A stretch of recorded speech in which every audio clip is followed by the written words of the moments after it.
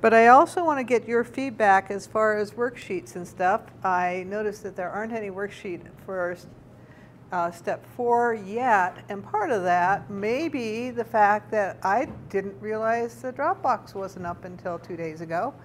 And I do think, you know, if you ever get on there and there's a Dropbox missing, please write me right away so that I will know.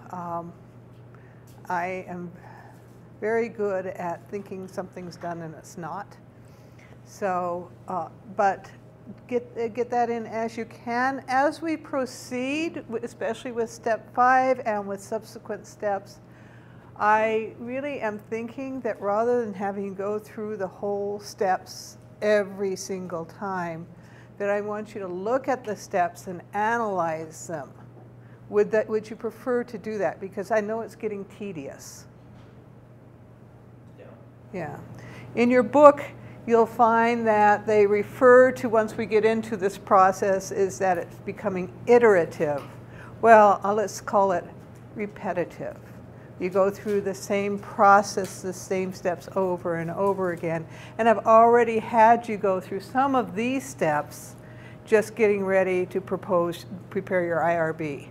And so what I'm going to do is look at, for today, the first 2 or 3 parts of Chapter 5, Step 5, and on Wednesday we'll go into more detail with I think it's 5.4, I think, that I want you to look at a little bit more carefully.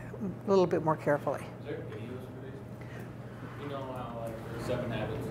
Uh-huh. I know that's a lower level. Yes. But It's hard to, yes. It's hard to find really good videos. Sometimes you can, especially extremely hard to find videos that go along with a specific textbook. Okay. So that would be difficult. There are videos out there as far as assessment. So far what I've found is, one, because they will take a slightly different approach and they'll bring in something that may not be in your textbook, or more often it's either such a quick overview that it doesn't tell you what you need, or it's so detailed that you will fall asleep. And they tend to be dry. So, no, I haven't found videos. I haven't looked hard for them this time. But over the years, I find 3 or 4 times a year, I just look at some of the subject matter we study and start looking to see if there are videos. Obviously, it used to be, well, yes, there probably are professionally prepared videos that if we paid a couple $100 not knowing what we're getting, and then have to go through and go through that. I'm not doing that. We don't have the budget and stuff. Yeah, I'm just saying, yeah, there probably are things out there. But, yeah, nope. Something that we can watch, just kind of not necessarily in class, but on our own. Yeah, and what my goal here is with the PowerPoints, and for those of you online, I didn't upload the PowerPoints last week because it was pretty straightforward, straight out of the book, and it looked to me like very, very understandable. And but I'm just going through the book and going through and trying to explain it, give it a little bit of focus and meaning so that when you go through and you just see the words in the different sections, it makes more sense to you. So for those of you online, if you are going through the book and having difficulty after you've heard this, please contact me and we can work some things out. So, theory of change and the program planning aspect to it.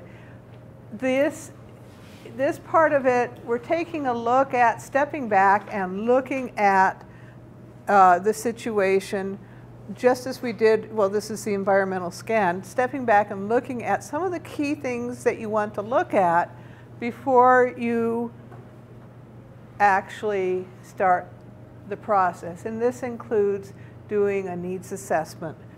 So in your book, they talk about it being a summary statement that provides rationale for the process. And it systematically looks at various facets, but you'll find that several times you're going through the same questions over and over again a lot with a lot of the worksheets. And they're similar, or I shouldn't say same, but similar, the steps you're going through are similar to ones you've done before. And sometimes with a just slightly different focus. So yes, to do planning, to do evaluation can be repetitive. And those of you who have taken the grants class know that that can be repetitive. So with the first step, they're talking about doing a needs assessment. And what do you do with a needs assessment? You identify the nature and dimensions of the problem you are working to solve. And this, let me go back to here. I was going to make reference to the worksheet 5.1, and I did not bring a copy, but you can see reference to it in your book.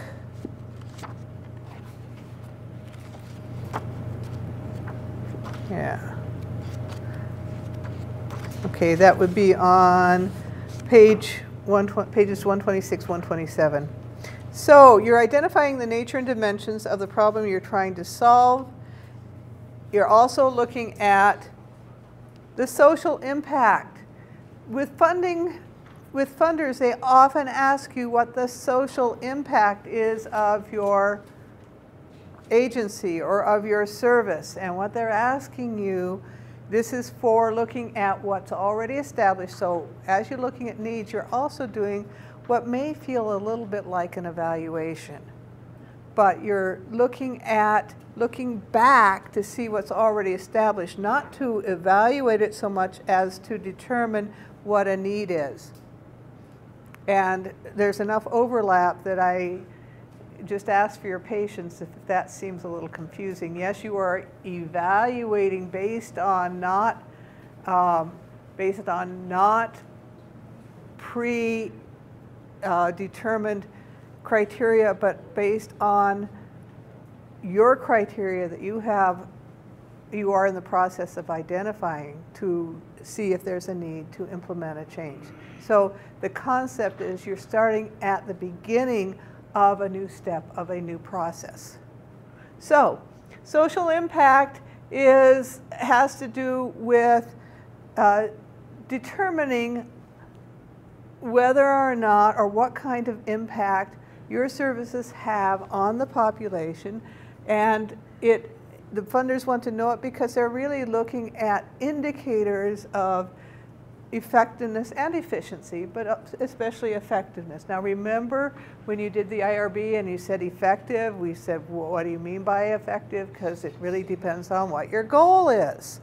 But you're the one who decides what the goal is and what you and the agency and what being effective, how that is defined. Okay, what the focus is. So it relates most directly to the positive change your services bring about based on a predetermined purpose and need. Okay, guys back there. Yeah. Also, when you do a needs assessment, when you look at the worksheet 5.1, they reference value. What unique value does your service or product provide to your clients? And how does it fit their needs? So you've identified already who you're working with, what the agency is, what the service they provide, and the product is the outcome of the services you provide. True? Okay. You're not talking about measuring actual goods and tangible goods, but it's the same concept. Whether it has to do with the services and the results of those services, or an actual physical product that you can see, feel, touch, taste, and evaluate its worth, its quality. So you're looking at the needs assessment with worksheet 5.1, the questions, and as you go through them, how do you feel about moving away from truly filling out all of the worksheets? Any feedback from that?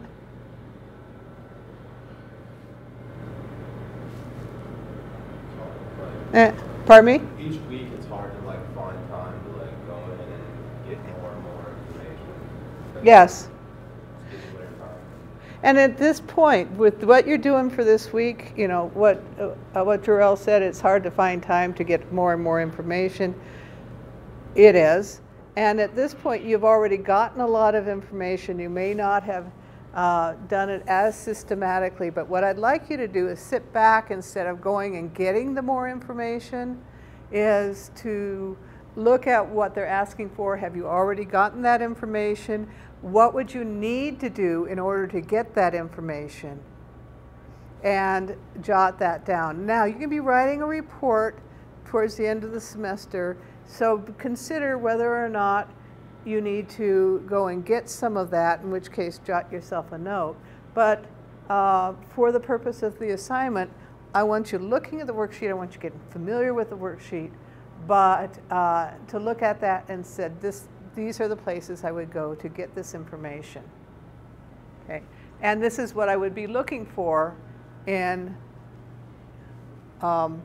getting that information. Worksheet 5.1 is not difficult. It's not as complex as worksheet, I think it's,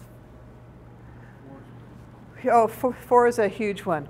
But even 5.2 goes into much more detail than worksheet 5.1. What is the nature and problem your organization seeks to solve? You've already answered that, right? So either answer that based on what you already have, or say, this is where I would go to get that information. What is the scope, scale, and specific characteristics of the problem that you have identified? Now, at this point, I'm reminded that, remember when you were in the foundations course and we talked about there's a problem-oriented approach and there is also an approach that is based on current strengths and looking at possibilities? Yeah. I remember the name of that. Yes. Participatory action is part of what we're working with, but again, one that really builds on possibility. In a way, you're looking at possibility as well, and I'm looking that you can translate the term of problem, the problem being, in some cases, space, more space needed. You can look at it a glass half empty, half full in either case. It sure would be nice to have some specific leadership programming at Northern. Why would it be nice? How would it enrich Northern's ability to reach out to students? And whether you look at it as a problem, we don't have it, so we need it, or a potential, this is something that would make us stronger as an institution. In either case, that's a good approach. Okay. Whether or not you stay with that project. Okay. And what the scope, the scale, the scope has to do with, you're talking about services, you know, who does Salvation Army of Havre serve? What's the scope? Is it Havre specific focus? Is it Hill County focused? And also, what kinds of services do they offer? Actually, Salvation Army has a lot more services that most people don't even know about because they're quiet. But then you're going to focus on the fact that you're just looking at one aspect of what they're doing, and what is the scope of that? Okay. The scale and the specific characteristics. Can you describe that? Yes, you can. I know you can at this point. Every one of you can answer these questions right now based on what you've already done. Are there segments of the population? Are there segments of forms of service? So those are two questions that are not served. So are there populations not served? Does your agency wait for people to come to them, and because of that there are people who could really use the services who are ignored? For instance, if I go back to a leadership program at Northern, are they going to just sort of put it out there and invite people to join the leadership program, and the few people who answer, they get their buds to join up, and you end up by discovering when you look back that only a certain segment of the student population is responding and then feels welcome. And as you know, when we establish cliques, other people don't necessarily feel comfortable in joining. So are there segments that need to be considered that are not being considered right now? What are the trends in the scope of the problem? How is it changing? I'm going to continue on the example that I'm working with Diamond, where he's talking about leadership program at Northern. He did some background research to get a sense of what's happening elsewhere. What is considered best practice for colleges and universities, especially the publicly funded colleges and universities that are about the size of Northern, because it would be unrealistic to have the same programs, for us to have the same program as what you'd find at an institution that had 20,000 students. What do your current and future populations consider of value? So you're looking back, and in a way it feels like evaluation, but you're looking back at what's already been in place, what's currently offered, what has been offered in the past, to get perspective. Your purpose is to get perspective, okay, rather than to actually evaluate and tell that staff to change. You're just getting perspective, and how does that relate to what else you've found out about the services you're providing? How does that relate to what has been identified as constituting effective and efficient and valuable practice? These are the questions that are on the worksheet. I borrowed it straight from the worksheet. What are the implications for what programs and services you should be offering in the future? So when you look back at what is and what has been, what does that indicate for where you should be going? Now, next semester, those of you who will be taking the evaluation class will see a lot of similarities between this kind of question and mid-process evaluations that we call formative evaluations, that you go back and you may have already preset objectives that, and you're not to the end yet, but you're checking as you go through to see if you're meeting those objectives. The difference here is that you're not basing it on preset objectives. That means, when I say preset objectives, I mean objectives that were put in place before the process was even initiated. So that was worksheet 5.1. That's straightforward, that's simple, one page. Any questions about it? Okay. Worksheet 5.2 measures program effectiveness. How well are your programs responding to the populations you have defined?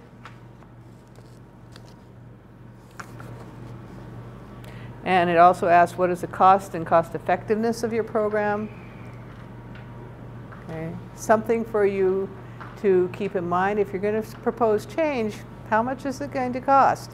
For the purposes of this class, I'm not asking you to do to come up with specs and do the kind of detailed costs that would actually be required, but you need to know that that would be a part of the process.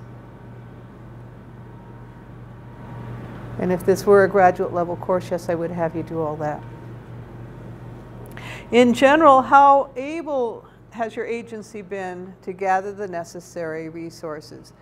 I would guess, this is North Central Montana, at least those of us here in Havre, we struggle as a community for adequate funding. We struggle as a community for having staff with expertise, to the point that I believe a lot of agencies have accepted the fact that getting someone with expertise may be counterproductive because that person comes in and gets frustrated, and that that getting someone who can fit with an institutional fit is sometimes preferred. Now, I challenge those agencies to not let go of the expertise need at the same time getting staffing that will, of course, you want staff that will stay around too. How much does your agency struggle with current technologies? How much do they struggle to maintain, to establish and maintain partnerships that are necessary to support each of your programs adequately? Partnership development is a more of a strength than some of the others overall, but your job is to look at that and see how your agency, and some of that's how your agency feels that they have done in each of these areas to promote effectiveness. So again, you're looking at current and past data to assess future needs. Every one of your agencies has a funding source, at least one, if not half a dozen, who actually require evaluations, reports, that kind of thing. So some of your information will come from those reports as you have access to them. Some of you will not have as much access as others. David is not going to have access to all of the reports. He has access to those reports that have been made public. So they've already been vetted to remove sensitive information. So those reports, while informative, will restrict the degree to which you can do an analysis. And that's something that, as you complete the assessment this time, I'm not asking you to fill out every form, but that's part of the comments that I would want is, yes, this is the information that I would be able to have access to, and this is the degree to which that information will be helpful. I have a feeling, John, you're probably struggling to get reports as well, because it's not something that is kept handy for public scrutiny, and it's necessary, but probably carried out when the focus really is on getting results. Getting people involved, and the focus really is on relationships. Sometimes getting the data is difficult. Okay, so again, look at worksheet 5.2 as you consider the inquiries already completed with your agency. What aspects of the program evaluation are you currently able to address? What more do you need to do in order to accurately complete the worksheet?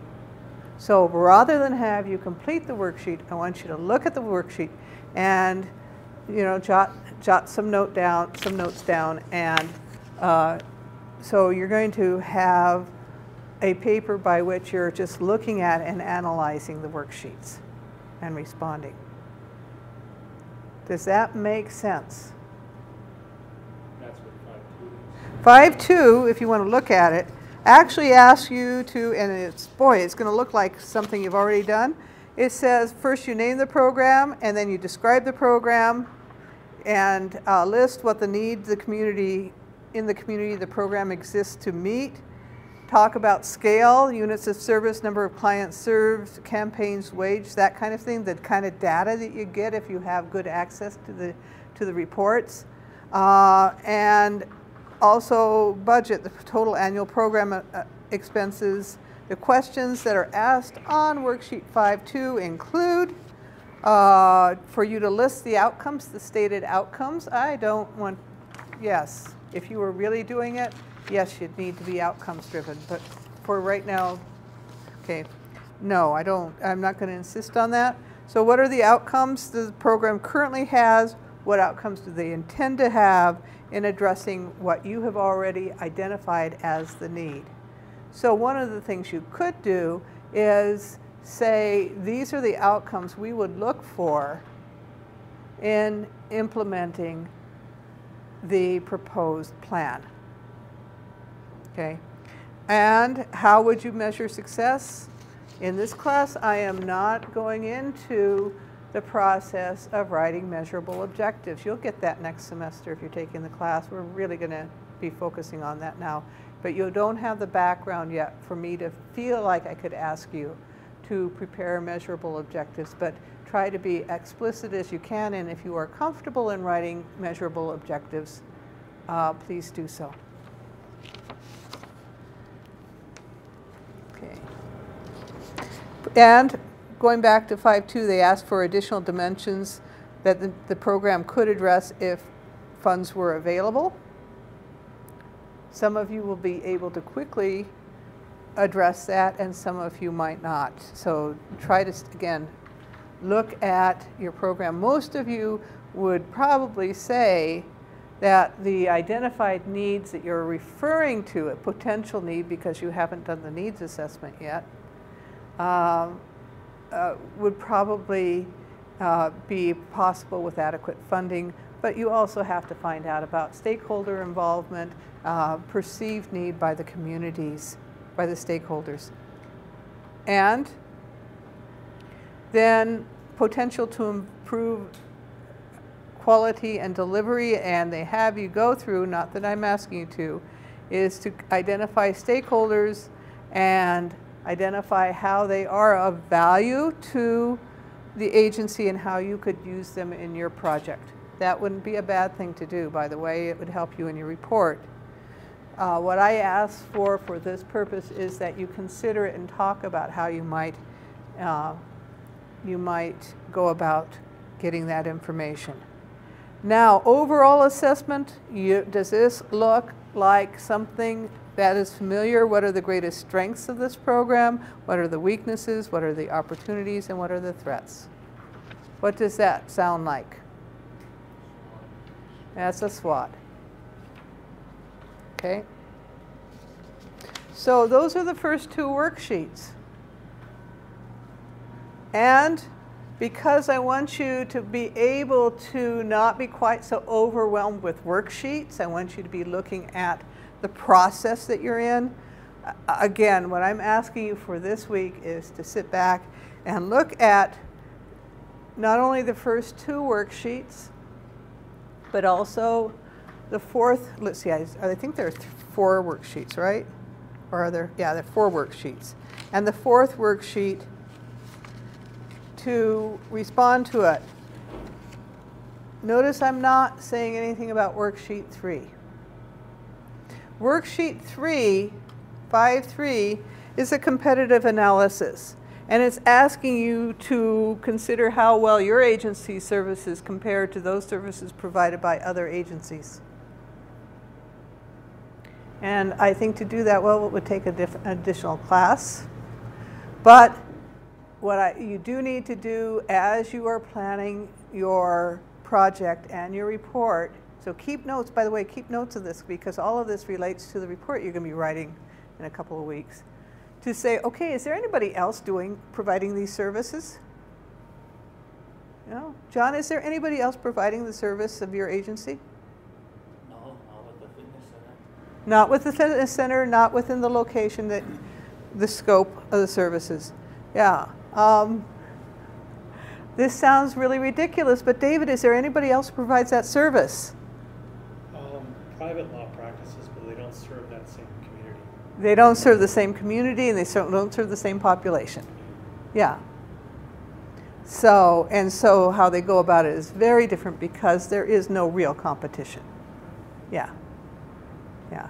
If there was no real if there really was competition, I would guess the taxpayers would be very happy to say, why should we pay for it if it's available without using taxpayer money? But there's a need.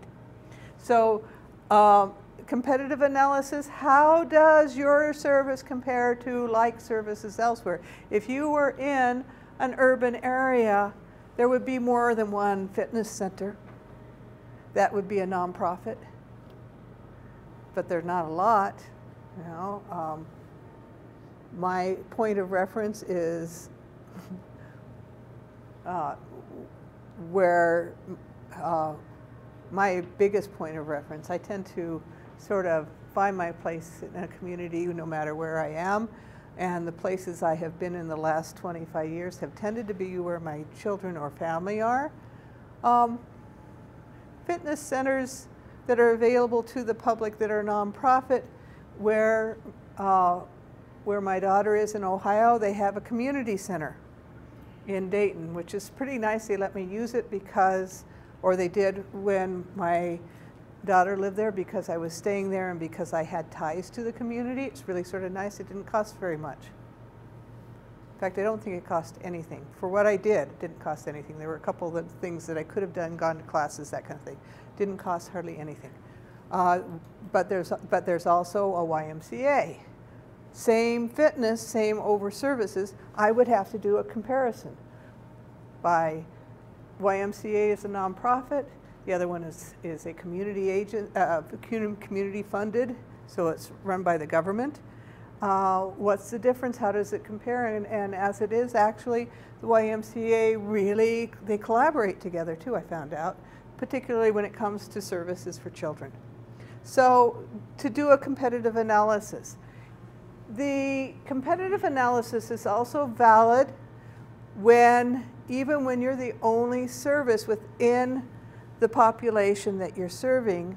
It relates to what Diamond has been doing, is looking up to see what other campuses are doing. You're doing a competitive analysis even though they're not competition, specifically not with your population. But you're analyzing. If you were really analyzing, you'd say, okay, how much does it cost? How much is the cost here in comparison to same services elsewhere? How does it fit within scope of services? And that's why you have, what is it, 3 or 4 pages where they have you look at it and say, okay, does this program fit with our mission? Is it attractive? Okay, but you're doing this with each program that's in your portfolio. If you identify all the programs, fitness centers in and around Dayton, Ohio, I have a long list. You know, community centers, plus they have something that's funded by the McDonald's Foundation, pretty cool center that is in one part of town. They have the YMCA, they have then the for-profit ones, and you do an analysis. How does it fit with your mission based on, okay, I'm working with the community center. How does the YMCA program fit? Is it a good fit with our mission? Is it easy or difficult to attract people to it as relation to what we're doing? So you're actually looking at and comparing every single agency. That's very time consuming, but is really effective if you have those agencies that you could compare it to. And again, I'm not asking you to do it, but I want you to be aware of it. Oops, that's it. So those are the first 3 worksheets. I'm going to ask for worksheet 1, worksheet 2, and also 4. Look at it carefully. Consider what you already know. For today's or this week's assignment, I'm not asking you to go out and get more information. If you already have that information, plug it in. If you don't have that information, then talk about what you would do to gather that information. Okay. And whether or not, tell me also whether or not this is something that I really know I should have for my final report. And this is how I might go about getting that information. I will need to put together some better directions than what I've given you verbally, so I'll try to get that up in the next 24 hours so that you can see. But my goal is that I want you to study the chapters, I want you to look closely at the worksheets, and that, but that you're not spending time digging out more information, not this week. Also, I have not heard back from those of you who have the IRB submitted. I have not heard back, but not hearing back, I'm thinking go ahead and get things ready so that you can start doing your research. And you're going to be gathering that. If you're ready to do it this week, I'm recording this. I could get myself in trouble, but go ahead and get started. I feel comfortable in what you have submitted, and since we haven't heard back, let's just go ahead and take that risk. We may get more specific requests coming from the IRB folks, but let's go ahead and get started with that. So that would be Scott and John and David, and with Jarrell and Willie. Do I have all of yours? Okay. Well, I had it last week, but Jarrell helped me out with it. Good. It wasn't what it was supposed to be last week. That's so right. I We turned needed it to in get, this yeah, morning. yeah, okay, I had notes myself to talk to you about. So Okay. you just submitted some more? Yeah, just Okay. submitted Mine last week. Yours is ready to be turned in, and it'll be turned in today. I'm sorry, I didn't get turned in on Friday. Just But, let me know if okay. there's anything else you don't need. but let's give it a week to get feedback, and then get yourself ready to be working on it next week, Jarrell. And anybody else, if you don't have it, you know, let's keep working, and let's get that in. I think there are probably 3 or 4 of you who are just very, very close to having it done. All right. Any questions? Okay, I promised you I would let you go early. I'm not letting you go terribly, terribly early. On Wednesday, we will focus on the rest of the chapter, the rest of the step, with a real focus on the worksheet 5.4 has to do with looking at change and impacts of what you're proposing. Okay, see you on Wednesday.